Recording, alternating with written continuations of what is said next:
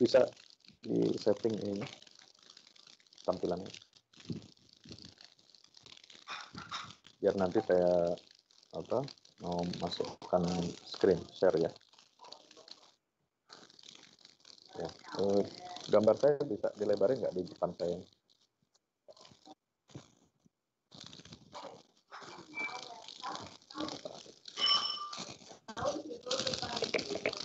Bismillahirrahmanirrahim. Assalamualaikum warahmatullahi wabarakatuh. Alhamdulillah wassalatu wassalamu ala Rasulillah wa ala alihi wa ashabihi wa man tabi'ahu wa wala. La haula wala quwwata illa billah. Amma ba'du. Teman-teman, saudara sekalian yang dirahmati Allah Ta'ala, warga, pimpinan, serta simpatisan PCI Muhammadiyah Jerman Raya, dan juga teman-teman sekalian yang turut bergabung barangkali dari luar Jerman dan juga di tanah air. Alhamdulillah kita bersyukur kehadirat Allah Subhanahu wa taala atas nikmat karunia yang telah diberikan kepada kita semua, sehingga alhamdulillah pagi ini waktu Jerman dan siang hari ya waktu Jakarta kita dapat dipertemukan oleh Allah Subhanahu wa taala dalam keadaan sehat walafiat, dan kita sudah menjalani hari yang ke-27 bulan suci Ramadan. Subhanallah. Ya, nikmat sekali. Dan mudah-mudahan ya teman-teman yang ada di Jerman maupun di tanah air ini juga dapat memaksimalkan ibadah di sisa 3 hari terakhir di bulan suci Ramadan. Ini bukan 10 hari lagi tadi. Ya, bukan 10 hari lagi, ini sudah 3 hari lagi. Ayo, ini sudah mendekati garis finish. Jangan sampai kendor. Alhamdulillah di situasi pandemi seperti sekarang ini ya kita bisa lebih fokus untuk ibadah di rumah ya. Bagaimana teman-teman juga fokus bekerja atau belajar dari rumah. Tapi ya ibadah nomor 1 ya. Dan kita niatkan kerja kita, belajar kita dari rumah ini juga sebagai bentuk ibadah dan taqarrub kepada Allah Subhanahu wa taala. Biasanya kalau di tanah air ya atau mungkin juga di Jerman yang sudah merindukan lebaran ya, sudah bersiap-siap belanja baju lebaran, yang siap-siap belanja untuk masak ketupat, opor, rendang dan semuanya itu. Nah, kali ini kita subhanallah tidak terlalu berpikir menyibukkan diri pada hal-hal tersebut ya. Nah, ini kita bisa fokus ibadah lah. Insya Allah. Mudah-mudahan ya amal ibadah kita di bulan Ramadan ini diterima oleh Allah Subhanahu wa taala. Salawat dan salam tak lupa kita sampaikan kepada junjungan kita baginda Rasulullah Muhammad sallallahu alaihi wasallam serta seluruh keluarga, para sahabatnya, dan mudah-mudahan tercurah limpahkan untuk kita semua hingga yaumil qiyamah. Amin ya rabbal alamin. Teman-teman dirahmati Allah, pada pertemuan kemarin ya, pekan lalu kita sudah menyampaikan tentang ayat-ayat anti galau. 7 ayat al-munjiat atau kifayah yang menyelamatkan kita dari bencana, dari bala. Maksudnya apa? Menyelamatkan di situ, memberikan kekuatan imun ya, kepada jiwa kita. Sebab kalau hanya imun tubuh kita yang kuat, tapi jiwa kita tidak punya imun yang kuat, bahaya. Ya, banyak orang ya di atas muka bumi ini ya fisiknya hebat, fisiknya kuat ya, seolah-olah dia tidak ada bagus gitu ya, tetapi ya jiwanya rapuh ya, imannya rapuh. Nah, ini kita tidak seimbang.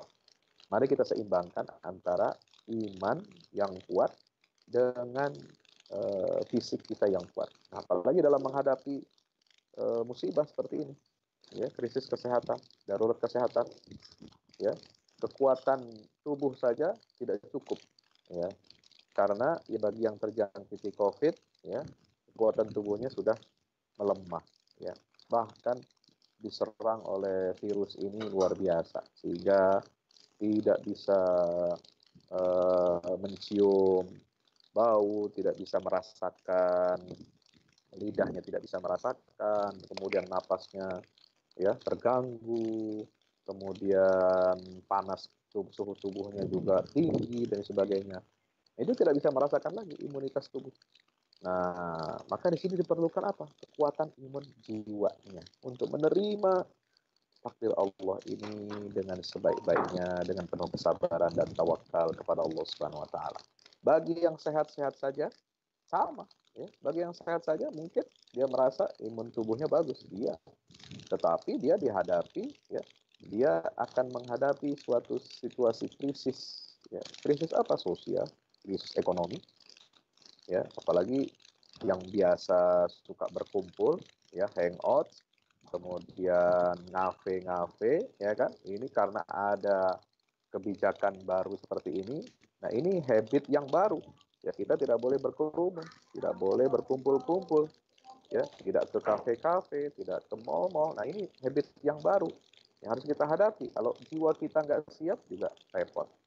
Atau misalnya, ya, timbul krisis ekonomi karena ada pembatasan, ya, skala sosial berskala besar, atau lockdown, atau karantina, atau apapun namanya. Ini menyebabkan banyak di antara warga kita yang di PHK, dipotong gajinya dan sebagainya. Ini akan, ya, akan menyerang imannya, akan menyerang apa? Jiwanya. Maka itu harus kita kuatkan iman kita ini, ya, jiwa kita ini dengan ayat-ayat Allah Subhanahu wa taala.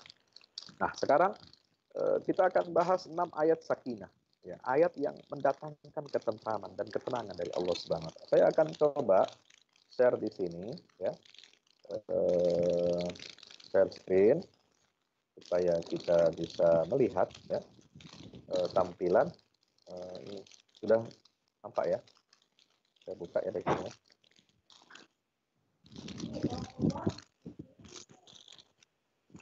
Ya, sudah kelihatan. Oke. Ya, nanti itunya juga gambar saya harusnya kelihatan, ya. Oke.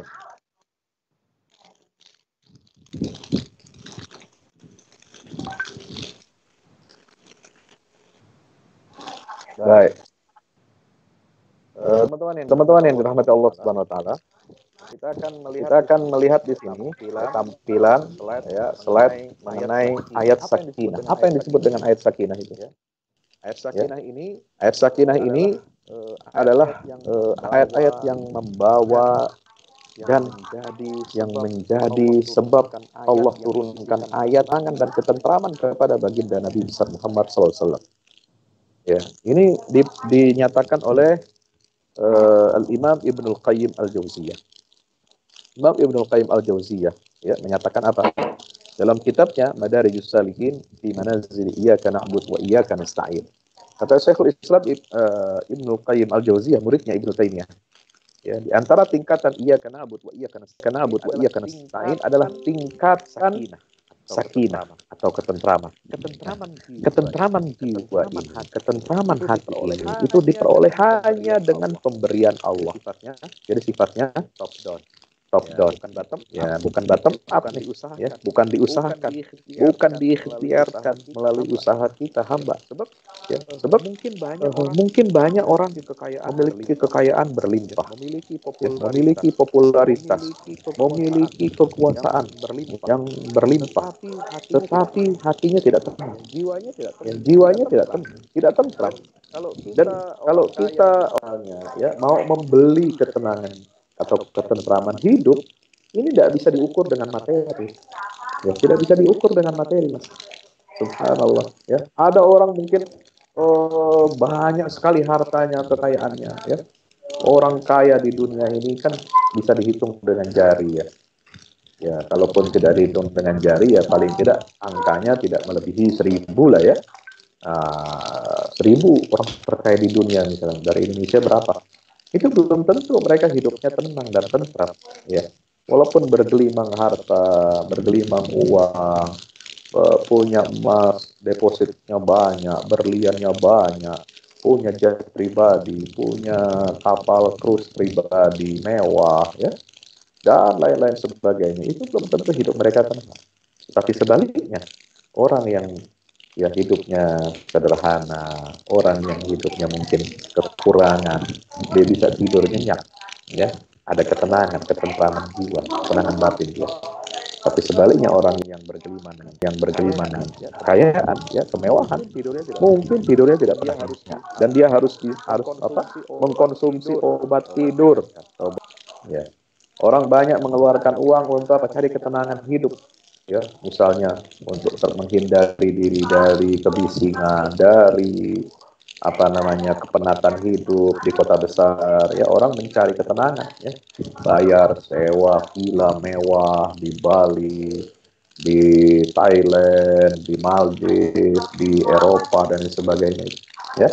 Tapi pulang dari sana nggak tenang-tenang juga jiwanya, ya. Mungkin tenangnya hanya sementara, ya. Hanya tenang, tidak melihat bawahan, tidak mendapatkan telepon dari debt collector barangkali, ya. Itu baru dia merasa tenang. Tapi setelah kembali kehidupan semula, dia akan tidak tenang lagi. Nah, ini artinya apa? Ya, ketenangan, ketentraman ini adalah pemberian dari Allah, bukan diusahakan oleh seorang hamba. Ya. Maka Allah Ta'ala menyebut tingkatan sakinah ini dalam Quran di 6 ayat. 6 ayat ini ada di dalam surah Al-Baqarah, lalu kemudian surat At-Taubah, ya, surat Al-Baqarah 1, surat At-Taubah 2, dan surah Al-Fatah ada 3 ayat. Ya, subhanallah. Nanti kita lihat yang membawa terminologi sakinah atau ketentraman hati. Nah, tentang khasiat 6 ayat sakinah ini, ya, Ibnu Qayyim mengatakan bagaimana dahulu guruku Syekhul Islam Ibnu Taimiyah kalau menghadapi berbagai macam kesulitan, maka dia baca ayat-ayat sakinah ini. Aku pernah mendengar beliau berkata, jika saya menghadapi situasi yang berat, aku berkata kepada orang-orang di sekelilingku, bacakanlah ayat-ayat sakinah. Kemudian rasa berat itu tercabut dari diriku. Lalu aku duduk dan tidak merasakan apapun. Subhanallah. Nah, apa komentar muridnya Ibnu Qayyim Al-Jauziyah? Saya juga telah mencoba khasiat bacaan-bacaan ayat tersebut. Ketika hati gundah gaulana, maka saya telah menyaksikan efek yang luar biasa dalam memberikan ketenangan dan ketentraman. Juga bisa meningkatkan iman. Ini penting. Ini penting. Jangan tubuh kita saja yang dikasih makan, dikasih nutrisi, dikasih vitamin, dikasih suplemen. Ini tubuh kita ini luar biasa. Ya, 4 sehat 5 sempurna. Ya, tambah madu, tambah habat sauda. Ya. Ini kan lagi tren nih. Apa itu? Tibbun Nabawi. Apalagi minum jahe merah misalnya, ya, atau minum jamu empon-empon. Seperti yang dipromosikan oleh pejabat-pejabat kita itu. Atau dia minum apalagi. Nah, ini tubuh saja yang diperhatikan. Ya. Kekuatan fisik, imunitas tubuh yang diperhatikan, tapi tidak memperhatikan imunitas iman, bahaya. Ya. Nah, kalau kita membaca Al-Quran, dia otomatis akan mendapatkan 2 hal. Ya. Kita dapat meningkatkan keimanan, sekaligus akan melahirkan imun bagi tubuh kita. Kenapa? Karena ini juga dapat dipengaruhi oleh apa? Oleh kestabilan emosi kita, kestabilan jiwa kita, ketenangan, ketentraman diri kita. Ini akan mempengaruhi imunitas tubuh kita. Kalau kita hidupnya was-was, kalau kita stres, kalau kita dalam tekanan, meskipun badan kita kuat, sehat, akhirnya jatuh juga. Kalau panik, ada social panic, misalnya menghadapi krisis, ada panic buying, ya, membeli segala sesuatu karena panik, ya. Tadinya sehat akhirnya bisa drop, ya. Karena apa? Nggak siap, ya. Rakus, rakah, nauzubillah min zalik, ya. Ini fenomena yang ada di sekitar kita. Maka itu di sini penting bagi kita, ya. Maka kata Ibnu Qayyim Al-Jauziyah, sungguh beralasan kalau Allah menurunkan ayat-ayat sakinah kepada sang Rasul di saat beliau dalam kondisi yang sangat sulit terdesak, seperti hari hijrahnya Nabi ke Madinah, ya, bersembunyi di Gua Thur yang sempit dan mudah terlihat oleh musuh. Lalu pada hari perang Hunain, ya, subhanallah. Itu ayat di dalam surah At-Taubah ini berkenaan dengan apa? Dengan peristiwa perang Hunain dan hijrahnya Nabi SAW dari Makkah ke Madinah. Ya, itu berkaitan karena ayat tentang nanti as-sakinah dalam perang Hunain ini itu dikaitkan oleh Allah dengan apa? Peristiwa hijrahnya. Illa tansuruhu faqad nasarahullah إذ أخرجه الذين كفروا ثاني اثنين إذ هما في الغار إذ يقول لصاحبه لا تحزن إن الله معنا. Kemudian pada saat hari Hudaybiyah, ini surat Al-Fatah. Surat Al-Fatah, ya. Saat pasukan muslimin kuat, namun harus tunduk mengalah kepada syarat-syarat kaum musyrikin Quraisy. Baik, kita lanjutkan.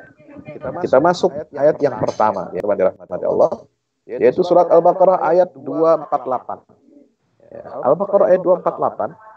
Apa firman Allah Subhanahu wa taala? Wa qala lahum nabiyyuhum inna ayata mulkihi ayyatiyakumut tabutu fihi sakinatun min rabbikum wa baqiyatum mimma taraka alu Musa wa alu Harun tahmiluhul malaika inna fi dzalika laayatan lakum in kuntum mu'minin. Nabi mereka berkata, ini sejarah tentang kemunculannya Talut sebagai raja Bani Israel.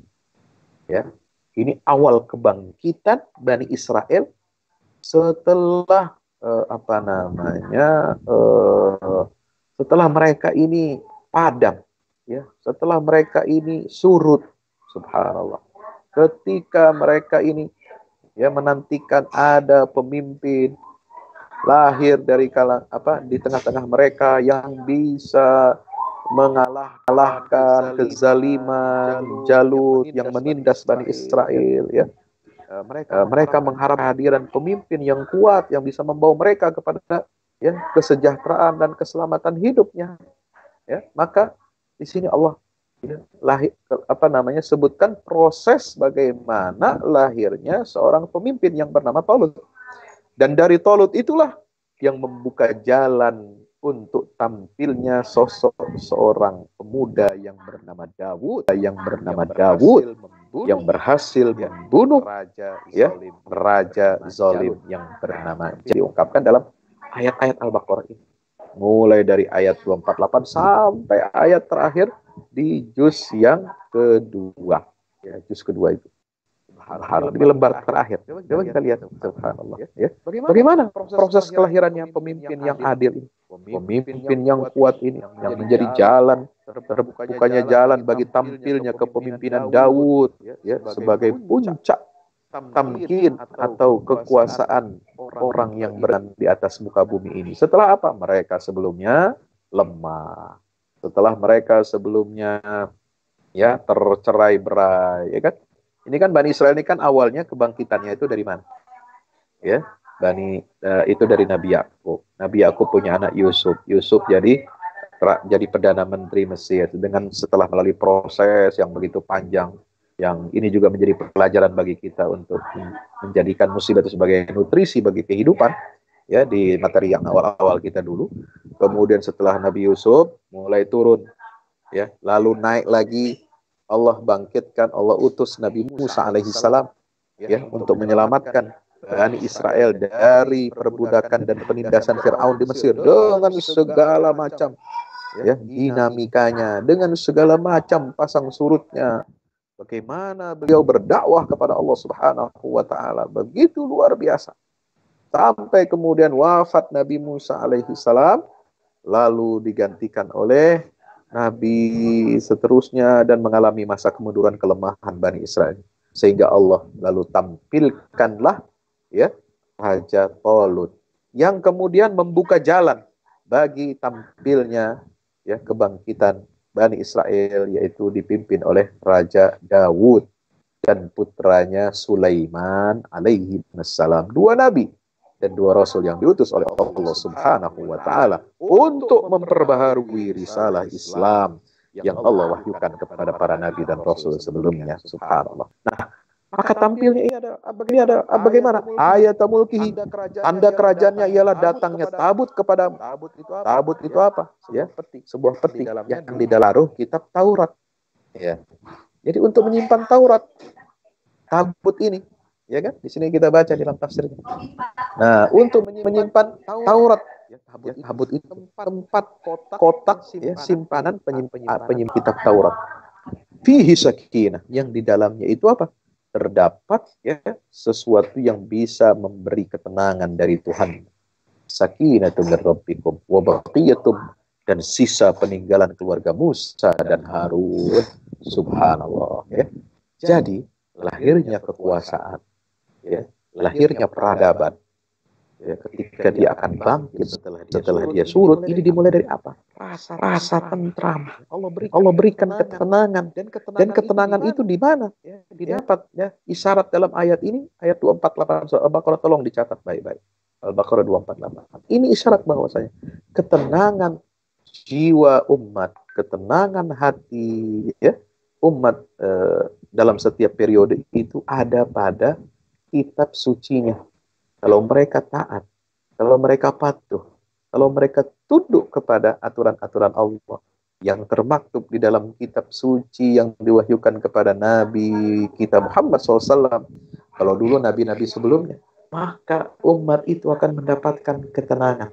Dan ketenangan ini, ketenangan jiwa ini, yang hadir dalam setiap tindakan kita, ini yang akan mendorong kita, menjadikan kita apa? Untuk melahirkan kebangkitan dan kejayaan. Ya, jadi awalnya dari ketenangan dulu. Ya. Coba lihat bangkitnya Rasulullah, diutusnya Rasulullah ketika menerima, ya, wahyu pertama di Gua Hira. Apa, teman-teman dirahmati Allah? Nabi itu kan pada awalnya kan ya, gelisah. Ya, didatangi sosok yang ya, bentuknya besar, ya, dia menggigil ketakutan, lalu dipeluk erat-erat oleh Jibril sehingga dia menjadi tenang. Lalu Jibril mengatakan, "Iqra." Qala madza aqra, atau ma ana biqari. Apa yang aku baca? Ya, apa yang saya akan baca? Saya tidak bisa baca. Iqra bismi rabbikal ladzi khalaq. Disitulah Allah tanamkan ketenangan kepada jiwa Rasulullah sallallahu alaihi wasallam. Ya, subhanallah, sehingga beliau menerima 5 ayat yang pertama dari surah Al-Alaq. Lalu beliau kembali pulang, ya, ke rumahnya, minta diselimuti oleh istrinya, zammiluni zammiluni, subhanallah, zammiluni, subhanallah. Allah beri, ya, dengan hadirnya seorang istri yang salehah, istri yang luar biasa, dapat menerima dan berdamai dengan kenyataan seorang Allah subhanahu wa ta'ala. Dan istrinya inilah yang bisa, ya, menghadirkan ketenangan kepada jiwa suaminya, yang beliau mengatakan, yang mendatangi engkau ini adalah namus, malaikat yang dikenal oleh para nabi dan rasul terdahulu. Ya, ketahui bahwa engkau adalah utusan Allah subhanahu wa ta'ala. Tidak ada yang dapat mengganggu dan tidak akan ada suamiku, subhanallah. Inilah ketegaran seorang istri. Ya, ini yang membuat adanya sakinah. Maka itu apa? Kita berumah tangga ini kan mencari apa? Sakinah. Sakinah, mawaddah warahmah, istilahnya dalam Al-Quran. Litaskunu ilaiha wa ja'ala bainakum mawaddatan warahmah. Subhanallah. Kita menikah untuk apa? Untuk tenang. Dapatkan apa? Cinta dan rahmat dari Allah subhanahu wa ta'ala. Maka itu, ya, teman-teman dirahmati Allah, jadi faktor-faktor yang membangun peradaban, ya, kebangkitan suatu umat, suatu bangsa, termasuk kebangkitan kita. Kalau kita ingin bangkit dari krisis seperti sekarang ini, mungkin kita sekarang lemah, mungkin kita sekarang merasa takut dan galau, tapi atau gelisah, ya, banyak orang takut sekarang. Tapi kalau kita jalani dengan baik krisis ini, dengan panduan dari Allah dan Rasulnya, insya Allah kita keluar dari krisis ini akan menjadi lebih kuat. Ya, imun tubuh kita kuat, imunitas iman kita akan lebih kuat lagi, dan ini merupakan tanda kebangkitan dari Allah Subhanahu. Kalau kita menyikapinya dengan benar. Yang kedua, ya, ayat surat At-Taubah ayat 26. Allah berfirman apa? Anzalallahu sakinatahu ala rasulihi wa ala al-mu'minin wa anzala junudan lam tarawha wa 'adzaba alladhina kafaru wa dzalika jazaa'ul kafirin. Kemudian Allah turunkan ketenangan kepada Rasulnya dan kepada orang-orang beriman. Dan dia menurunkan bala tentara malaikat yang tidak terlihat olehmu, dan dia menimpakan azab kepada orang-orang kafir. Itulah balasan bagi orang-orang kafir. Saudara yang dirahmati Allah Subhanahu wa taala. Ini ayat Allah turunkan, ya, untuk menggambarkan peristiwa perang Hunain yang dihadapi oleh baginda Rasulullah sallallahu alaihi wasallam. Ya. Dalam perang Hunain itu kita tahu, ya, Bagaimana? Ayat sebelumnya dan sesudahnya ini menggambarkan ya wa yawma hunainin id a'jabatkum kasratukum alam tughni ankum syai'aw wa daqat 'alaikumul ardu bima rahabat wa daqat 'alaihim anfusuhum. Itu subhanallah. Allah mengatakan bagaimana ya di perang Hunain itu kamu umat Islam ini merasa ujub ya, merasa hebat, merasa banyak, merasa kuat karena baru saja menaklukkan kota Makkah tahun 8 Hijriah. Lalu kemudian perang Hunain setelah Fathu Makkah, ya kan kaum muslimin sedang kejayaannya. Ya. Di dalam pertolongan Allah, ya mereka sedang berada di puncak kejayaannya. Subhanallah, setelah menaklukkan kota Makkah, saudara. Tetapi kemudian ini justru menjadi celah, hati-hati. Kalau kita sedang mendapatkan kenikmatan, kita sedang berada di tengah kejayaan, ya, puncak karir kita, puncak studi kita, jangan sombong. Dan itu kata Allah tidak akan berguna untuk kamu. Falam tughni ankum syai'a, ya, kekayaanmu, ya, popularitasmu, ya, kemudian kekuatanmu, ya, bala tentaramu, banyaknya pengikutmu, banyaknya followermu, ya, banyaknya pengagummu tidak akan berguna. Ya. Falam tughni ankum syai'a, tidak berguna sama sekali kata Allah. Wa daqat 'alaikumul ardu bima rahabat, bahkan bumi yang luas ini, lebar ini menjadi sempit kamu rasakan. Auzubillah min zalik. Kenapa? Karena perasaan apa? Perasaan sombong. Ya, perasaan sombong. Makanya ujub itu, sombong itu akan membuat hati kita sakit, membuat dunia kita ini sempit. Ya. Maka jangan sombong. Kata Allah dalam Al-Qur'an, "Tsumma wallaitum mudbirin." Akhirnya menyebabkan kamu ini bercerai-berai, hampir saja lari dari peperangan. Maka Allah turunkan sakinah. Barulah ayat ini, ayat 26 Allah turunkan. Subhanallah. Menggambarkan apa? Gambarkan Allah akan bersama umatnya yang beriman. Ya, ini pelajaran. Allah ingin memberikan pelajaran kepada kaum muslimin agar kita tidak sombong dengan kekuatan kita, dengan kehebatan kita, dengan kejayaan kita yang telah diberikan oleh Allah. Kita harus tetap tawadu, kita harus tetap waspada. Jangan merasa karena banyak, kuat, lalu kita meremehkan musuh, ya, meskipun dia lebih kecil dari kita. Ya, jadi umat Islam ini diajarkan oleh Allah. Dulu kalian, ya, diremehkan oleh musuh di perang Badar karena jumlah kalian kecil. Ya, jangan sampai kalian sudah besar, sudah mengikutnya, followernya, ya, sudah diberikan kemenangan oleh Allah di Fathu Makkah, jangan kalian terjatuh kepada apa yang menimpa kaum kafir dahulu yang meremehkan kalian. Ya, sehingga kalian saat ini bisa saja kalah seperti kekalahan orang musyrik di perang Badar. Nah ini Allah ingatkan kepada Rasulullah dan kaum muslimin. Subhanallah, ini luar biasa pelajaran ini. Ya, secara psikologis memberikan ketenangan kepada hati orang-orang yang beriman. Teman-teman dirahmati Allah Subhanahu wa taala. Berikutnya, ya, di surat At-Taubah ayat 40. Ya, illa tansuruhu faqad nasarahullah. Ini juga memberikan ketenangan. Faqad nasarahullah. Kalau kamu tidak mau menolong Muhammad di perang Hunain, ya, sebagian ada yang lari, ya. Ada yang lari dari medan peperangan, ya. Mereka berhamburan, ya, karena apa? Diserang, ya, dalam perang Hunain itu kan di lembah ini. Kaum muslimin masuk ke lembah, ya, sisi kiri kanannya itu ada bukit-bukit pegunungan, ya, dan ini banyak pepohonan. Nah, jadi seperti seolah-olah perang gerilya gitu, ya. Ternyata orang-orang kafir daerah itu mereka menguasai strategi perang gerilya. Ya, mereka ngumpet di bukit-bukit perbukitan sementara umat Islam ini masuk ke dalam lembah. Ya, mereka menyangka, oh, kita banyak, kita kuat.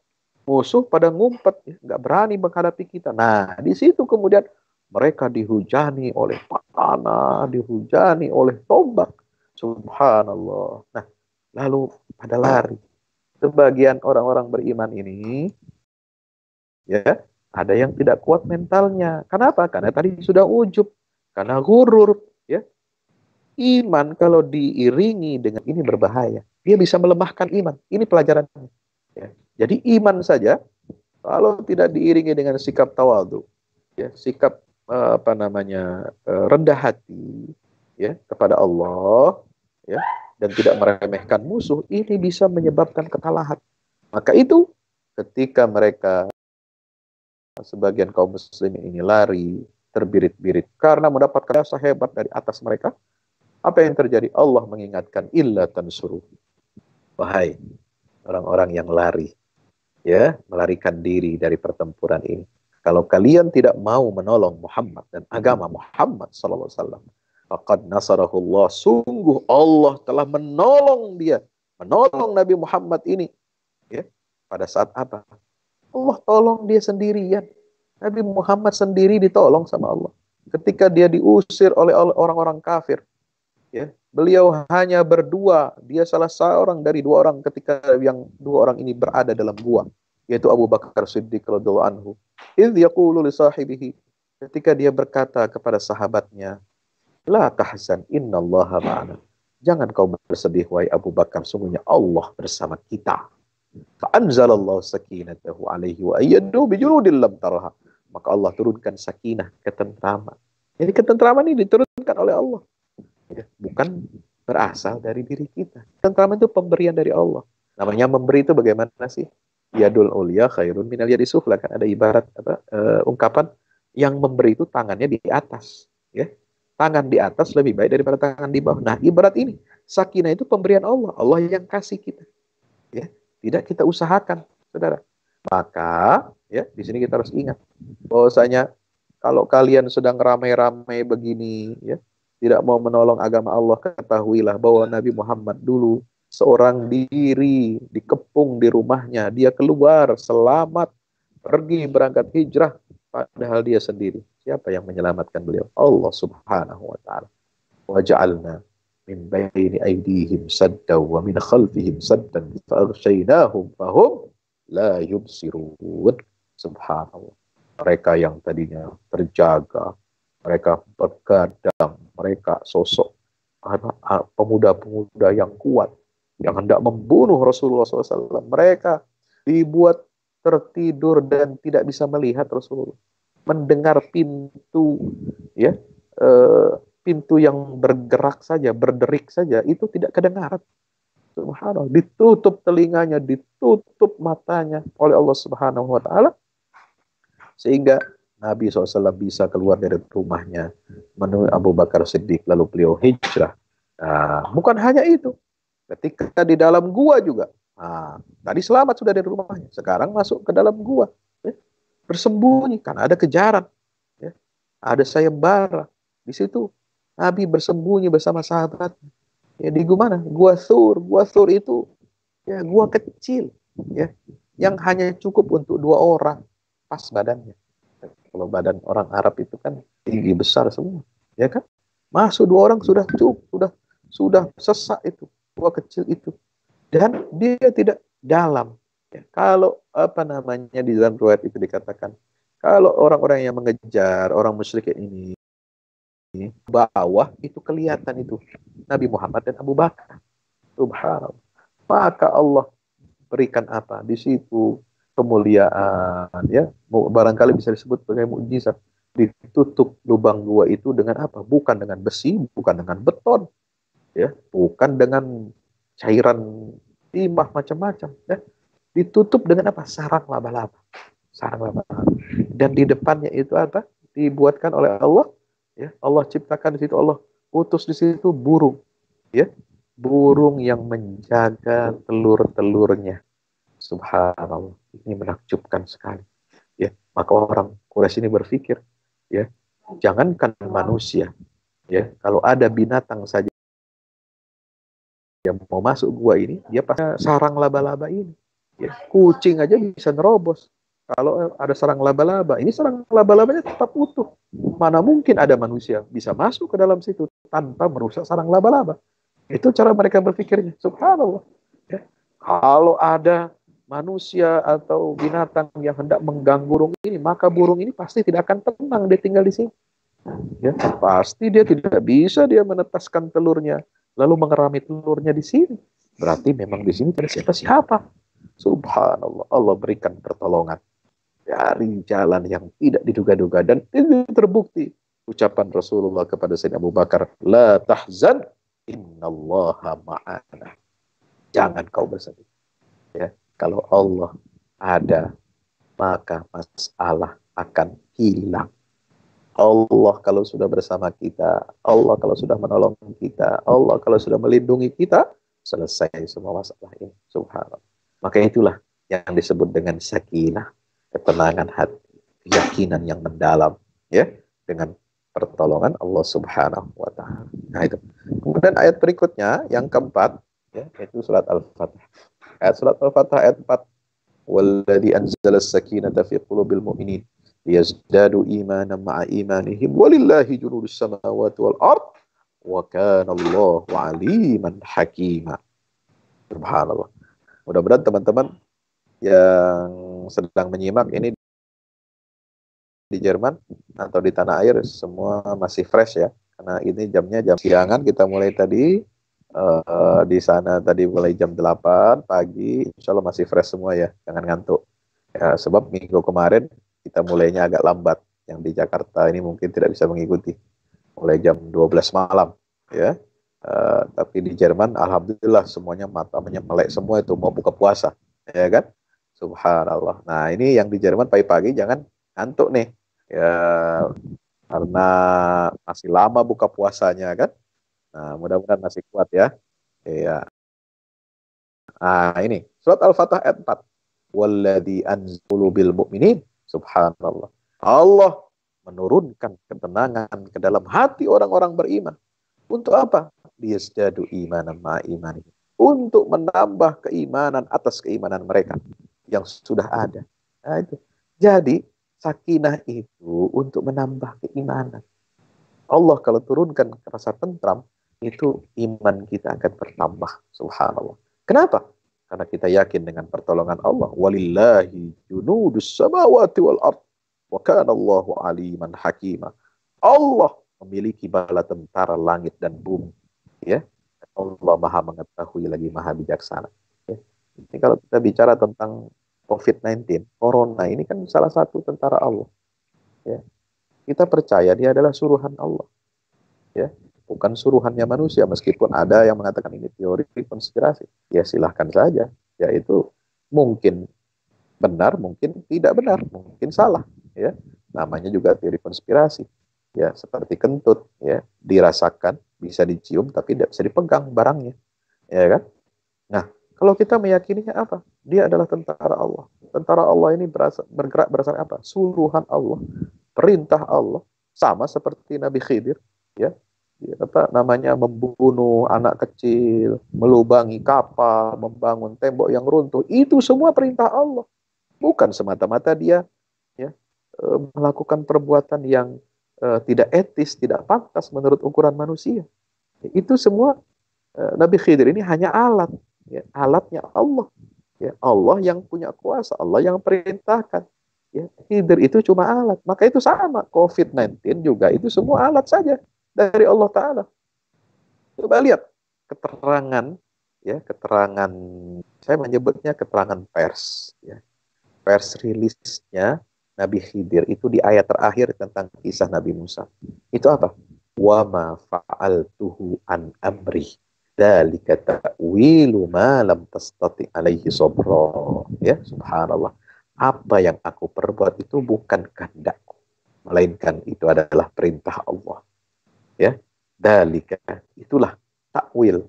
Itulah ya substansi, isi daripada apa yang tidak bisa kamu ya menyikapinya dengan sabar. Itulah takdir Allah. Maka kalau kita yakin dengan ini, ya, ini semua takdir Allah, ini adalah tentara Allah. Allah akan menurunkan, waktunya sudah ditentukan, ditetapkan. Allah akan angkat penyakit ini juga. Allah sudah tentukan waktunya. Tidak ada yang bergeser, tidak ada yang salah, tidak ada sedikit pun yang keliru. Ya, dengan kehendak Allah Subhanahu wa taala. Kita yakin itu.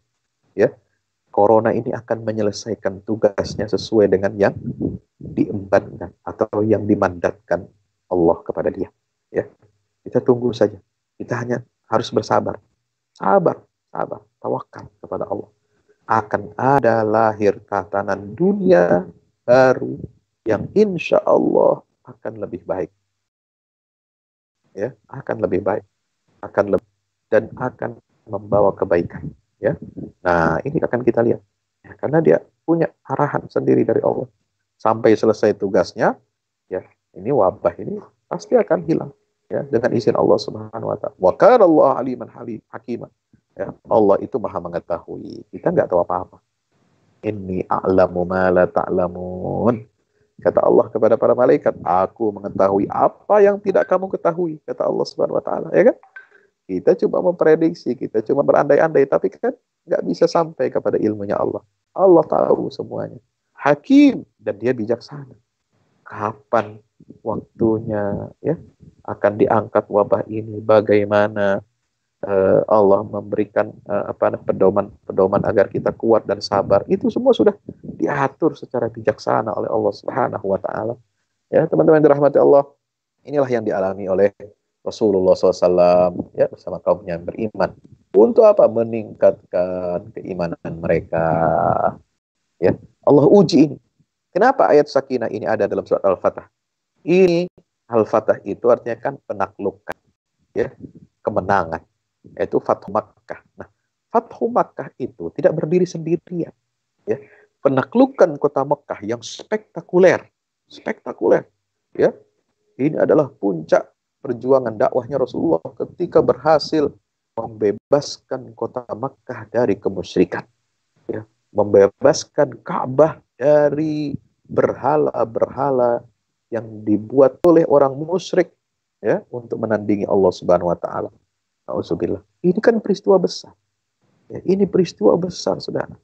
Ya, penaklukan kota Makkah ini tidak lahir tiba-tiba, tidak lahir ya bim salabim, abrakadabra.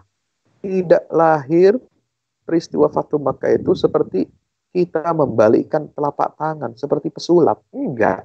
Dia ada prosesnya, takdirnya. Dia ada tahapan-tahapannya. Ada ikhtiar manusiawi dan juga irodah dari Allah Subhanahu. Apa itu? Peristiwa Hudaybiyah sebelum 3 tahun sebelum penaklukan kota Makkah. Ya, pada tahun 6 Hijriah. Nabi SAW diperintahkan untuk apa? Masuk kota Makkah. Untuk apa? Umroh. Ya. Tapi sesungguhnya ini adalah tes water. Tes water. Ya, bagaimana kekuatan orang musyrik merespon keinginan Nabi dan umat Islam untuk umroh ke Makkah. Ya. Setelah mereka gagal total dalam perang Ahzab di tahun ke-5 Hijriah. Ya, koalisinya, sekutunya juga gagal total dalam perang Ahzab. Kaum munafikin gagal total, kaum Yahudi ahli kitab gagal total ya menghadapi rencana Allah Subhanahu Wa Taala. Ya, gagal mereka dalam memerangi kaum muslimin, dalam memerangi Allah dan Rasulnya gagal. Ya, mereka akhirnya apa? Kekalahan di perang Ahzab yang dirasakan oleh kaum musyrikin. Ini kekalahan yang paling telak. Karena mereka sudah menghimpun seluruh kekuatan. 10.000, bayangkan, pasukan kaum musyrikin itu datang dari Mekah khusus untuk satu tujuan, menghabisi Islam dari akar-akarnya. Meluluh lantakkan Madinah. Subhanallah. Menghabisi seluruh kaum muslimin. Tidak ada tawar-menawar, tidak ada kompromi, harus habis. Kalau tidak, bahaya.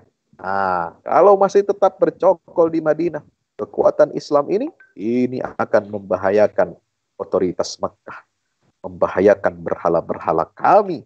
Maka mereka turun dengan semua kemampuannya, dengan semua potensi sumber dayanya untuk menghabisi Islam dan kaum muslimin di perang Ahzab. Allah turunkan pasukan yang tidak mereka bisa lihat. Angin dikirimkan oleh Allah. Ya, cuaca dingin dikirimkan oleh Allah Subhanahu Wa Taala sehingga menghantam ya tenda-tenda mereka, membuat mereka menggigil kedinginan, ya, membuat api-api perapian mereka untuk memasak, ya, di tungku-tungku mereka untuk logistik mereka padam semua. mereka bisa kelaparan. Mereka bisa mati kedinginan, mati kelaparan. Tendanya juga dibawa terbang oleh angin. Kuda-kuda mereka ya cerai-beraikan oleh Allah Subhanahu wa taala. Ini tentara Allah yang tidak bisa mereka lihat. Subhanallah, ya. Maka mereka gagal total. Setelah gagal kaum musyrikin, pulang lagi ke Makkah, tinggal Yahudi di sana. Tinggal orang munafik gigit jari bahwa mereka sudah berharap, oh kita akan pesta merayakan kemenangan atas Rasulullah yang dibantai oleh kaum musyrikin dari Makkah. Ini sudah mereka siapkan pesta di Madinah. Orang munafik sudah menyiapkan ya rencana ya pesta kemenangan bersama orang-orang Yahudi, saudara-saudara mereka. Ya, walaupun tidak sedarah, tetapi seideologi mereka memerangi Allah dan Rasulnya Sallallahu Alaihi Wasallam. Mereka sudah siap. Ternyata gagal semua. Subhanallah. Ya. Kemudian akhirnya Nabi Sallallahu Alaihi Wasallam menyiapkan pasukan untuk memerangi Yahudi yang memerangi Allah dan Rasulnya. Ya, benteng Khaybar ditaklukkan. Bani Quraizah, Bani Qainuqa, Bani Nadir, semua telah telah disingkirkan ya oleh Allah dan Rasulnya setelah peristiwa Khaybar ini. Saudara, Allah berikan kemenangan sempurna. Setelah itu ya, Nabi disuruh Allah untuk apa? Umroh ke Mekah. Ini tes water sebenarnya. Ya, Allah menginginkan ngetes ya bagaimana sih responnya orang musyrik ini setelah kekalahan. Oh, malah mereka sombong. Udah kalah sombong. Subhanallah, bukannya mengajak, bukannya bercermin, ya, bukannya menerima kebenaran Islam, malah makin jadi kesombongannya. Apa? Kita tidak mau terima kedatangan kamu, wahai Muhammad, dan pengikut-pengikutnya. Ya, Makkah ini harus steril. Makkah harus steril milik orang musyrik. Tidak boleh ada kekuatan tauhid yang berani masuk ke dalam otoritas Makkah. Subhanallah. Mereka sombong. Mereka lalu paksa Nabi Muhammad untuk buat tekan perjanjian. Dan perjanjian itu menghina kaum muslimin. Tidak menyebut Nabi Muhammad sebagai utusan Allah. Rasulullah dalam klausul akta perjanjian ini. Ini perjanjian damai. Gencatan senjata. Nabi terima. Karena beliau tahu. Karena beliau punya sakinah. Wa alima ma fi qulubihim fa anzalas sakinata alaihim. Lihat di sini nanti ayatnya. Ketika kaum muslimin itu berbaiat kepada Rasulullah di bawah pohon. Dia mengetahui ini sudah berbaiat. Ketika dihalangi oleh orang musyrik tidak boleh masuk Makkah, kaum muslimin sudah marah. Mereka siap untuk berperang sampai titik darah penghabisan. Ya, walaupun sudah pakai pakaian ihram, mereka bisa batalkan, mereka siap berperang. Tapi tidak, kata Rasulullah. Ya, kita tidak berperang. Ya, padahal mereka sudah diambil baiatnya oleh Rasulullah. Siap hidup dan mati bersama Rasulullah. Siap membela kehormatan Islam dan kaum muslimin. Apapun risikonya. Mereka sudah berbaiat di bawah pohon ini. Di Hudaybiyah itu, saudara.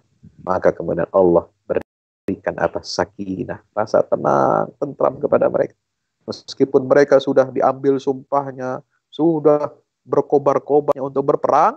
Tapi ketika Rasulullah perintahkan. Diam, tenang. Ya, kita tidak berperang. Kita tekan perjanjian ini. Gencatan senjata ini dengan orang-orang musyrik, saudara. Subhanallah. Apa yang terjadi? Ya, awalnya ada yang menolak. Ya, termasuk yang keras menolak itu Abu Umar bin Khattab. Kita tidak menerima ya Rasulullah. Ini penghinaan. Syaratnya apa? 3 tahun.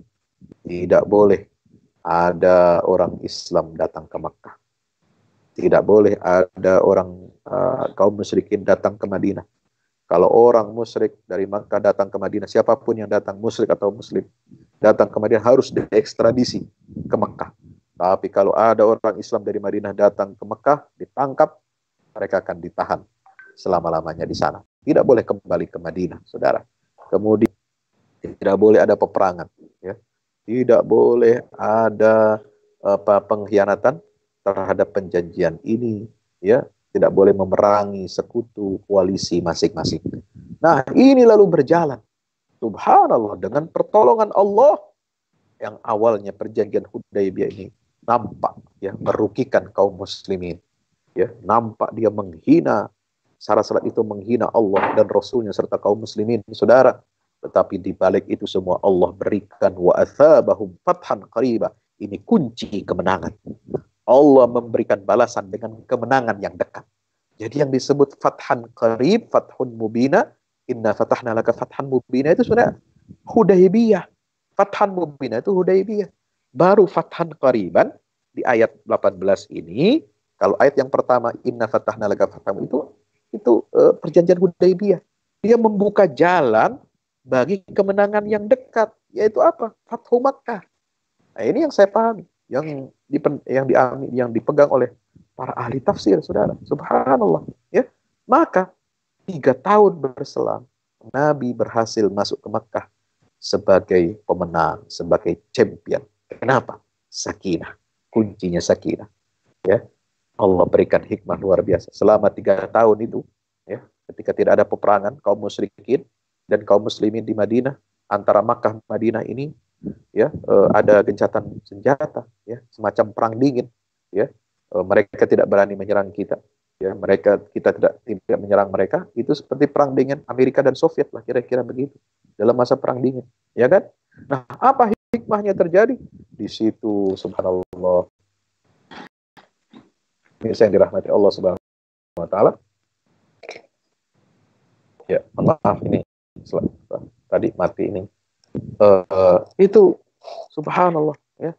Allah berikan hikmah luar biasa. Bagaimana? 3 tahun itu digunakan oleh Rasulullah untuk berdakwah, ya. Mendakwah ke Arab. Sehingga apa, saudara-saudaraku yang dirahmati Allah Subhanahu wa taala? Sehingga kaum muslimin itu mendapatkan pengikut yang berlipat-lipat ganda. Subhanallah. Allahu Akbar, ya. Bisa kita keluar dari ini, Mas? Share screen-nya mana ya? Ya, saya keluar dulu.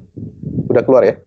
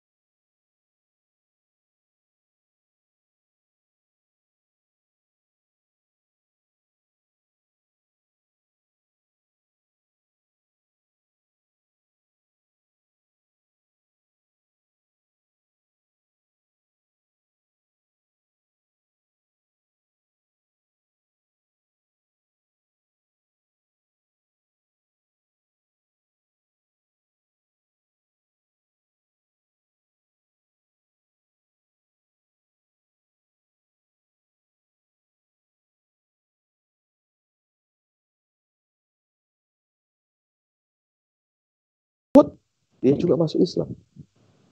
Syurahbil, ya, itu putranya apa namanya, Abu Jahal, masuk Islam, ya. Muawiyah bin Abi Sufyan masuk Islam. Subhanallah. Jadi Abu Sufyan ini kan yang paling membenci Rasulullah, ya. Dia nanti masuk Islamnya ketika Fathu Makkah. Anaknya masuk Islam, Muawiyah bin Abi Sufyan, yang dikenal sebagai, ya, suksesor Al-Hasan bin Ali bin Abi Thalib setelah beliau mundur, ya, itu masuk Islam Muawiyah di peristiwa gencatan. Jadi banyak tokoh-tokoh kaum muslimin ini yang masuk Islam. Kenapa? Karena ada perjanjian Hudaybiyah, saudara. Maka subhanallah, Allah berikan kemenangan itu. 10.000 umat Islam masuk ke kota Makkah. Semua itu ada persiapan, bukan turun dari langit tiba-tiba, tapi ada. Allah berikan sakinah dalam diri orang-orang yang beriman. Berikutnya, yang terakhir, ayat berapa? Ke-6, ya. Yaitu surat Al-Fatah ayat 26. Ja'alal ladzina kafaru fi qulubihimul hamiyatal jahiliyah fa anzalallahu sakinata 'ala rasuli wa 'alal mu'minin wa alzamahum kalimatat taqwa wa kanu ahaqqa biha wa ahlaha wa kana Allahu bikulli 'alimin. Ya, ketika orang-orang kafir menanamkan kesombongan di dalam hati mereka, yaitu kesombongan jahiliyah. Ya, nah, inilah hikmahnya. Ya, orang kafir, musyrik ini, jahiliyah ini makin tinggi hati, makin sombong. Ya, dia nggak mau kalah, nggak mau merasa terhina dia. Dia nggak mau menerima kekalahannya di perang Ahzab, saudara.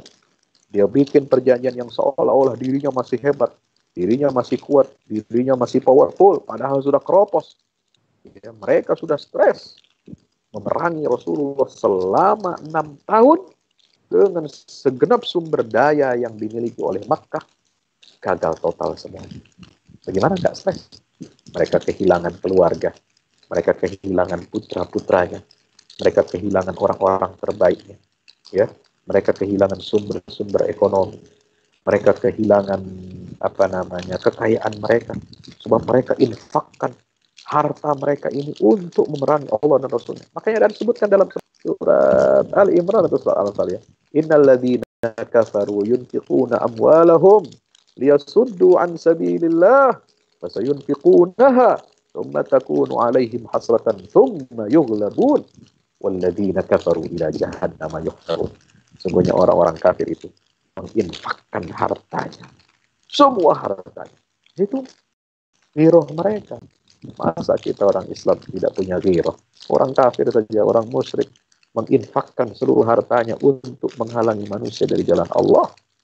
Abu Jahal, ya, Abu Lahab, Abu Sufyan, ya, Abu macam-macam, ya, itu nyumbang semua hartanya, ya, supaya Islam ini hancur, ya, Islam ini bisa dibantai, Madinah akan lenyap, ya, akan mereka bantai. So, selama 6 tahun diperangi, gagal mereka. Gimana tidak stres? Sudah habis sumber dayanya, sudah habis sumber ekonominya, sudah kehilangan keluarga orang-orang terbaik yang mereka cintai, mati dalam peperangan-peperangan itu.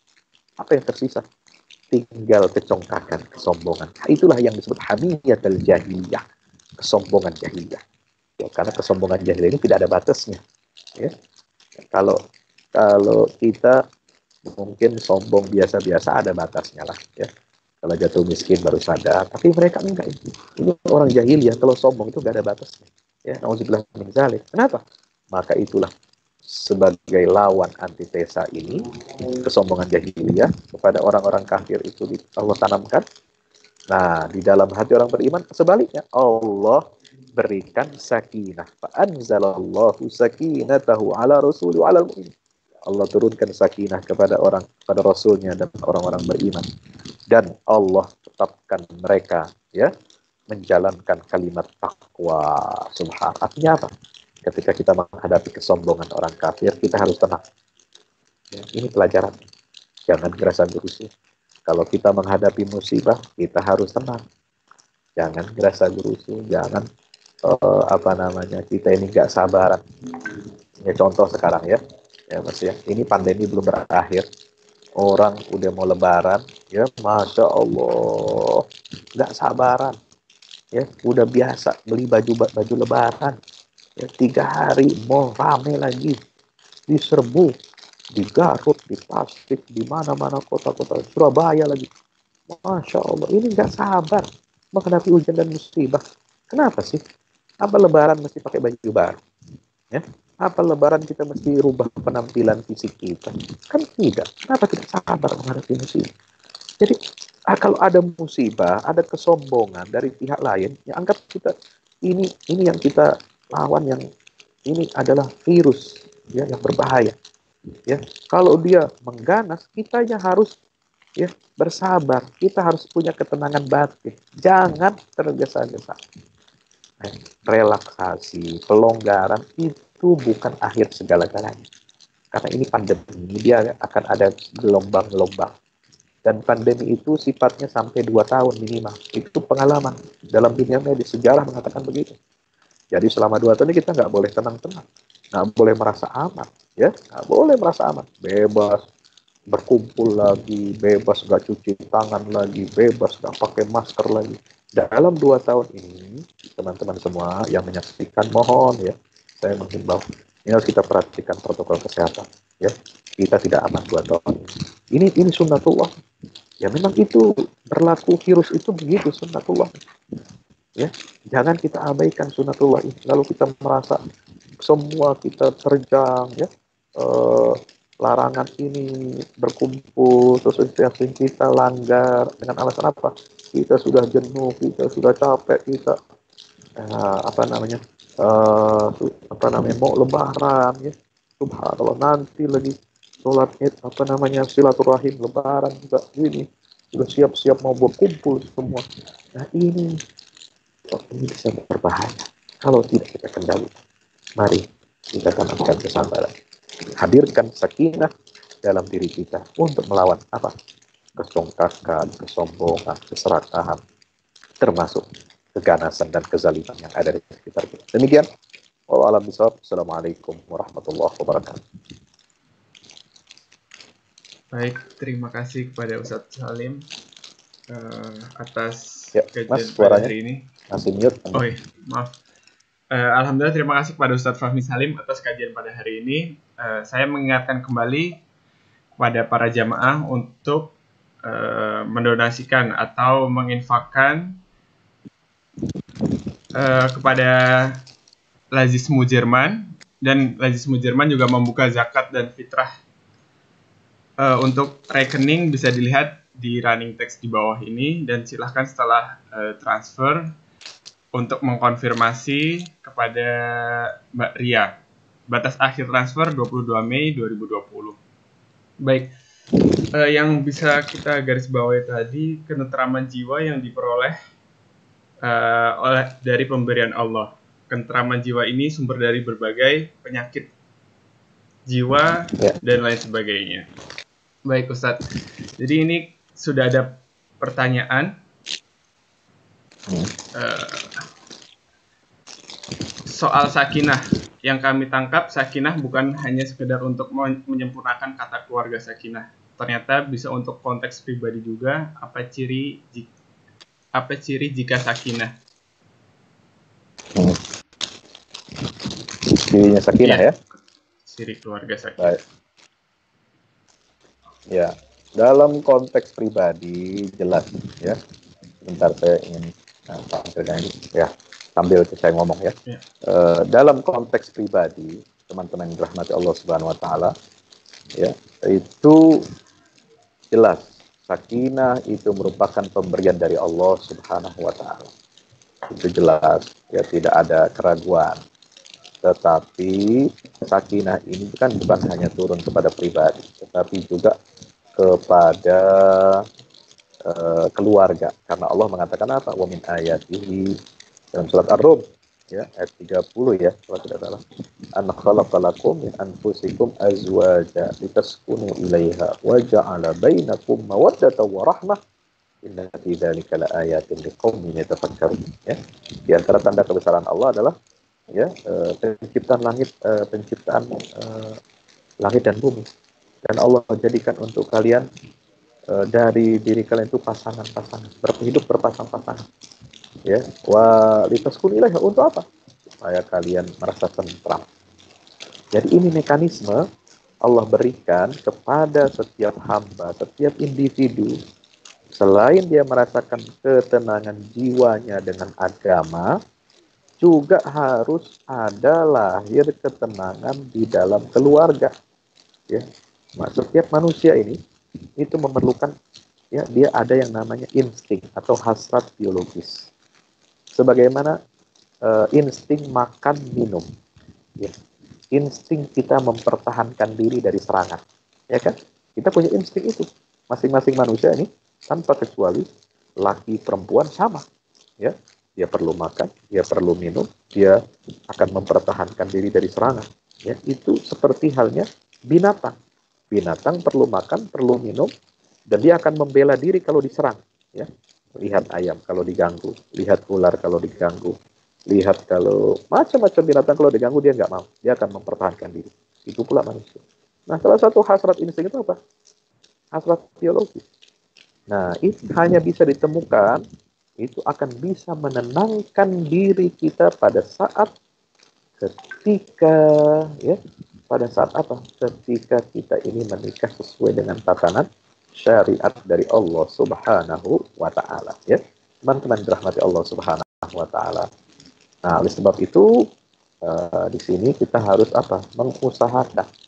Ya, jadi dalam sakinah, dalam urusan keluarga ini itu berlaku timbal balik. Ada yang sifatnya top down, ada yang bottom up. Nah, ada yang itu merupakan pemberian dari Allah, ya kita melihat istri kita lalu menjadi tenang, ya. Kita melihat anak kita, keluarga kita, kita jadi tentram, ya. Ini karena istri, anak, ya, keluarga ini adalah dambaan hati. Itu bisa menjadi apa? Qurrata ain. Ya, makanya doanya kan apa? Rabbana hab lana min azwajina wa dzurriyyatina qurrata ain. Jadi penyejuk mata, penyejuk hati. Insya Allah, ya. Maka itu Allah berikan. Ya, kita berdoa kepada Allah. Siapa? Allah yang memberikan. Supaya Allah jadikan keluarga kita ini penyejuk mata hati kita. Lalu kita minta kepada Allah bagaimana? Rabbi ij'alni muqimas shalah wa min dzurriyyati. Ya Allah, jadikanlah keluargaku, aku ini dan keluargaku itu yang dapat menegakkan, mendirikan sholat 5 waktu. Ya Allah, habli minas salihin, karuniakanlah aku keturunan orang-orang yang saleh. Ya Allah, Rabbi habli min ladunka dzurriyyatan thayyibah innaka sami'ud du'a. Ya Allah, berikan aku keturunan yang saleh sebagaimana doa Zakaria. Doanya Nabi Ibrahim, ya, doa Nabi Muhammad SAW, ya. Itu artinya apa? Ada sakinah itu diturunkan Allah, Allah memberikan. Tapi juga harus ada ikhtiar kita dalam menciptakan sakinah di tengah keluarga, harus kita ada usaha. Ya ayyuhalladzina amanu qu anfusakum wa ahlikum nar. Wahai orang-orang yang beriman, ya kata Allah Subhanahu wa taala. Apa kata Allah? Wahai orang-orang yang beriman, di sini jagalah dirimu dan keluargamu dari siksa api neraka. Ya, jadi kita mesti jaga. Jangan kita abai. Ya, sebab keluarga kita ini adalah apa namanya? Keluarga kita ini itu adalah teman-teman yang dirahmati Allah Subhanahu wa taala, itu adalah investasi kita. Itu ladang amal kita. Ya. Kita menjaga mereka dari siksa api neraka, itu artinya menjaga keselamatan diri kita nanti. Ya, maka itu harus ada usaha. Ketika Allah perintahkan jagalah, lindungi keluargamu, ada effort. Nah, effort kita harus ada. Selain doa, ya kepada Allah, minta sakinah, minta ini, minta keluarga kita anak soleh dan sebagainya. Tapi kita sudah usaha. Bagaimana menciptakan keluarga kita ini jadi soleh? Bagaimana menjadikan anak kita ini jadi senang mengaji, ya, tidak lalai melaksanakan ibadah salat 5 waktu, ya. Itu ada usaha orang tua, ada usaha, ada kerja keras, ya. Nabi mengingatkan, ya, suruh anakmu sholat 5 waktu umur 7 tahun, mulai diperintah. Ya, tapi perintahnya harus setiap hari, jangan perintahnya sekali-sekali seminggu. Ya, nanti ketika disuruh sholat umur 10 tahun, yang kata Nabi disuruh pukul, nah dia nggak mau ikut. Kenapa? Mau diperintahnya cuma seminggu sekali untuk sholat. Nah, nggak begitu. Jadi usia 7 tahun sudah harus setiap hari 5 kali diperintahkan sholat. Ya, soal dia mau atau tidak, kita tidak paksa dia umur 7 tahun sampai 10 tahun. Ya kan? Itu kerja keras orang tua mengingatkan. Ayo nak sholat zuhur, udah waktu zuhur. Kalau dia nggak mau atau masih main-main, sholat tapi sambil ketawa, sambil ngobrol, sambil nggak apa-apa. Ya, kita jangan marah. Ya, namanya juga pada 7 tahun, 8 tahun, 9 tahun. Tapi kalau sudah 10 tahun, dia tiap hari kan sudah ikut. Dia sudah mendengar. Ya, sudah ribuan kali di telinganya. Coba bayangkan, 5 kali sehari. Sehari setahun berapa hari, Mas? Dikali 5, dikali 5 berapa? Coba mohon hitung kalkulatornya. 365 kali 5. Setahun dapat peringatan berapa kali anaknya? 1.800 kali. Dikali 3 tahun. 789. 5.000. Berapa? 5.000 kali. Coba ya. Anak kalau selama 3 tahun sudah mendengar perintah sholat, 5.000 kali dia. Masa umur 10 tahun dia nggak mau sholat? Insya Allah dia akan ikhlas, dia akan taat, dia akan patuh. Nah, ini namanya effort, usaha dari setiap orang tua, ya, yang ingin mendambakan lahirnya anak yang soleh. Karena mengharapkan anak yang soleh saja dengan cuma doa, ya nggak bisa. Harus dengan usaha juga, dengan kesigapan kita, dengan amar ma'ruf nahi mungkar di tengah-tengah keluarga juga harus ada. Demikian, kita akan menciptakan sakinah, mawaddah, warahmah tengah-tengah keluarga kita. Wallahu a'lam. Baik, berarti yang perlu kita benahi bukan cuma diri kita saja, keluarga kita juga perlu kita benahi bersama-sama. Ya. Baik, pertanyaan berikutnya, apakah dalam Islam dikenal tingkatan-tingkatan ketenangan? Apakah sabar merupakan pintu utama menuju ketenangan? Sabar, ya, di dalam Al-Quran itu disebutkan wasbir ala ma asabak inna dzalika lamin azmil umur, ya, surah Luqman ayat berapa itu, ayat 13 barangkali, ya, bersabarlah wahai anakku atas apa yang menimpa kamu berupa ujian, musibah dan lain sebagainya. Inna dzalika lamin azmil umur, dan karena sesungguhnya kesabaran itu ketika mendapatkan musibah itu adalah perbuatan yang sangat berat. Ya, kenapa? Azmil umur adalah perkara yang memerlukan tekad hati yang kuat. Ya, memerlukan pengorbanan. Ya, subhanallah. Ini memerlukan pengorbanan. Azmil umur. Karena orang yang bersabar ini dia mengeluarkan tekad yang kuat, usaha yang luar biasa, ekstra, ya, maka orang yang bersabar ini dikasih pahala oleh Allah juga ekstra, ya. Innama yuwaffas sabiruna ajrahum bighairi hisab. Dalam Al-Qur'an nyatakan, sesungguhnya orang-orang yang bersabar itu mereka semua akan disempurnakan pahalanya oleh Allah tanpa hitung-hitungan dari Allah. Ya, Allah tidak batasi. Misalnya, puasa, sholat, ya, ini pahalanya sekian. Ini udah ditakar, ya nggak? Udah ditakar nih. Pahala sholat fardu berapa? Pahala sholat sunat berapa? Pahala puasa wajib berapa? Pahala puasa sunnah berapa? Udah ditakar. Tapi kalau kita jalani dengan kesabaran, ketika mendapati musibah, ketika menjalankan ketaatan, ketika menjauhi maksiat, kita juga bersabar. Ini pahalanya udah nggak pakai takaran lagi, Mas. Pahalanya itu udah nggak pakai kalkulator lagi, udah ditambah-tambah, disempurnakan oleh Allah tanpa hitung-hitungan. Ini kelebihannya sabar.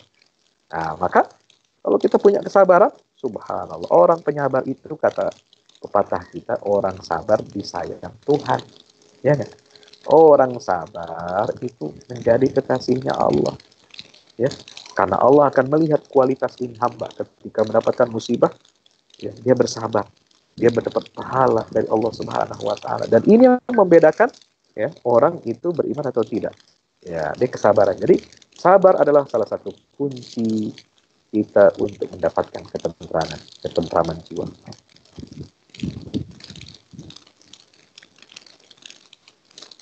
Ya.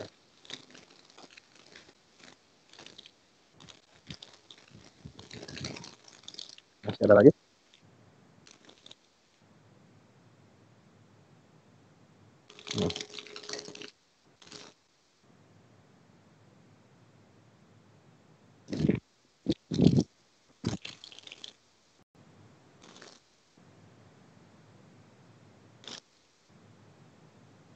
Insya Allah.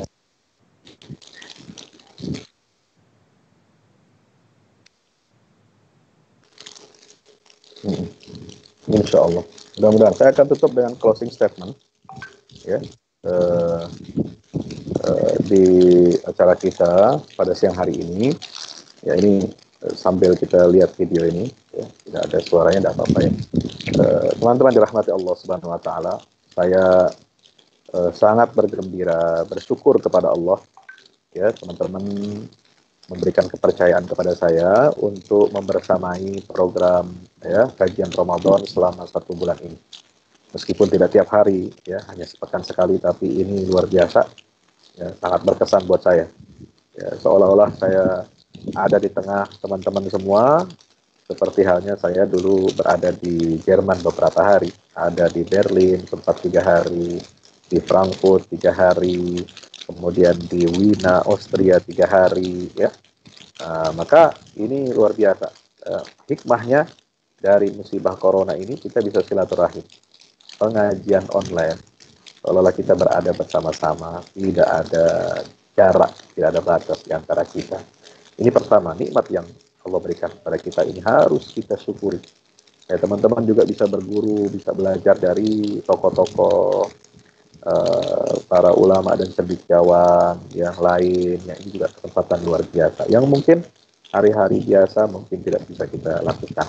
Ya, yang kedua, dalam meniti kehidupan kita ini kuncinya adalah kesabaran menghadapi musibah, kesabaran menjalankan ketaatan kepada Allah. Maka Allah perintahkan wa'mur ahlaka bisolat wastabir 'alaiha. Ya, perintahkan ya keluargamu untuk sholat dan bersabarlah ketika menghadapi pola tingkah keluargamu. Ya, ketika mereka mau sholat itu kan kita mesti sabar. Nah, tadi contohnya ngajak anak untuk sholat benar itu 3 tahun prosesnya. Setelah 5.000 kali peringatan itu setiap hari sudah kita sampaikan kepada anak kita.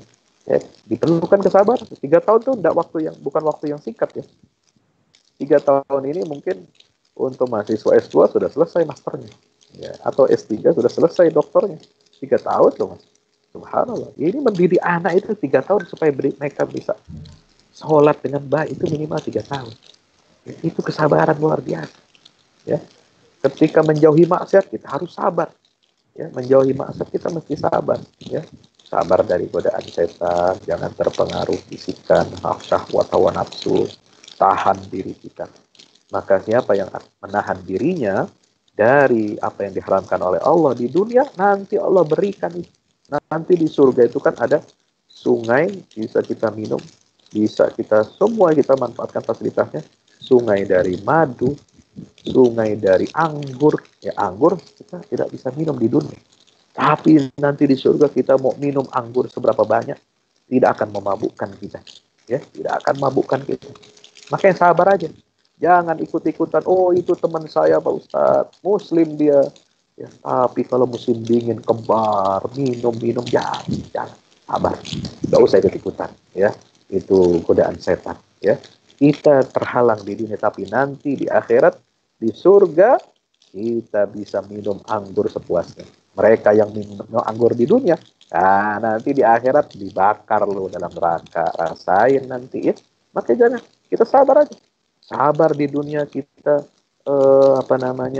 menjauhkan diri apa yang diharamkan Allah. Tidak berzina, ya, tidak berzina, tidak berhubungan seks di luar nikah.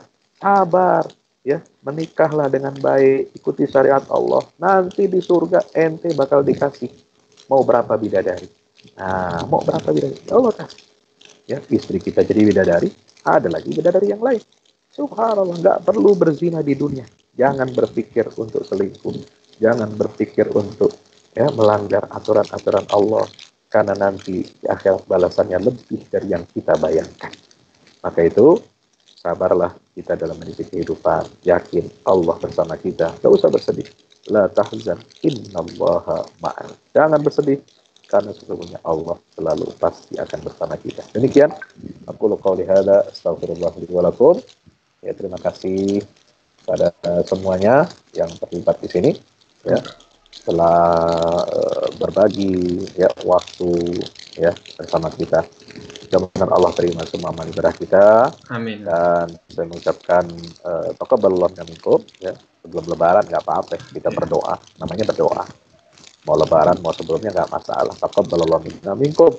Mudah-mudahan Allah terima semua amal ibadah kita di bulan suci Ramadan ini.